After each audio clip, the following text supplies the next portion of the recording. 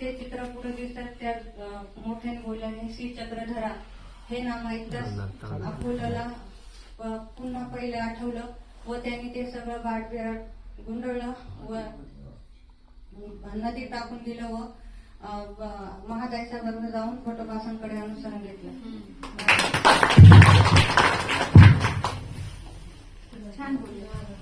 छान प्रयत्न केला त्यांनी त्यांच्यासाठी परत एकदा काळा वाजवा.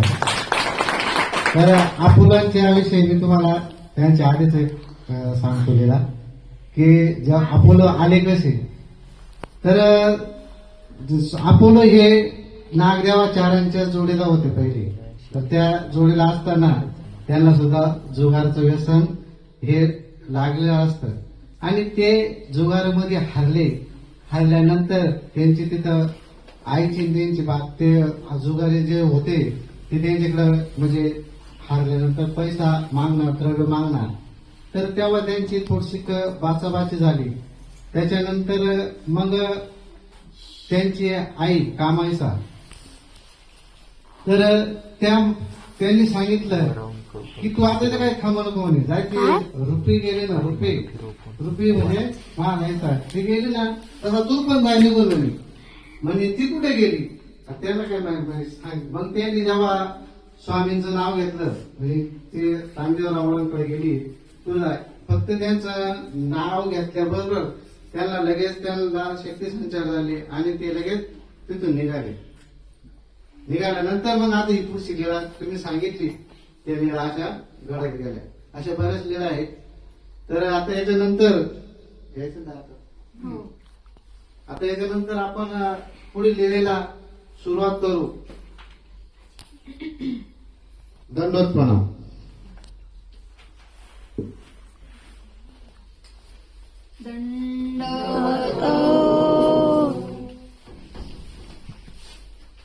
जय श्री चक्रधरा स्वामी चक्रधरा जय श्री चक्रधरा स्वामी चक्रधरा ज्ञानदेवनी उद्धारिसी तू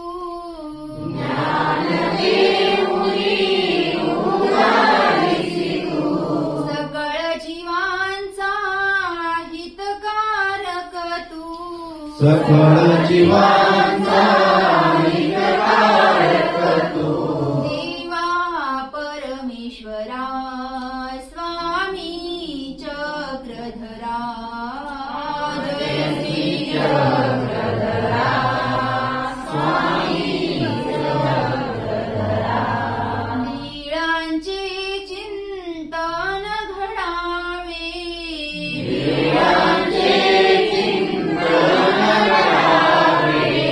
जीवन आमुचे पावन व्हावे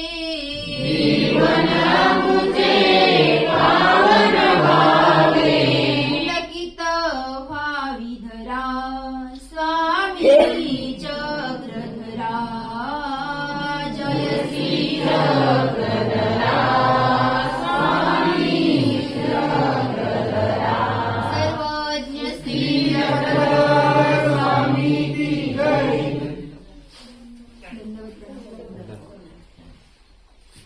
तर आपण आता लीळा क्रमांक 8 पर्यंत आलो बरोबर.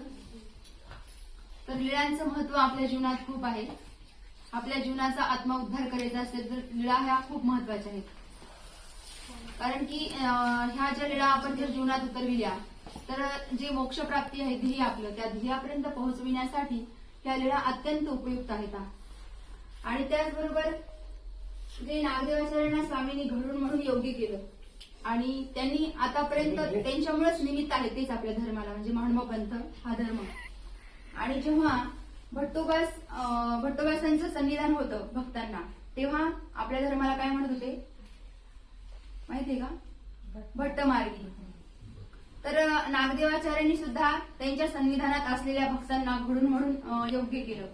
म्हणजेच की जसं म्हणतात ना वचन हे आपल्याला वचनरूप गोविंद म्हणजे तुम्हा गोविंद गती नाही का.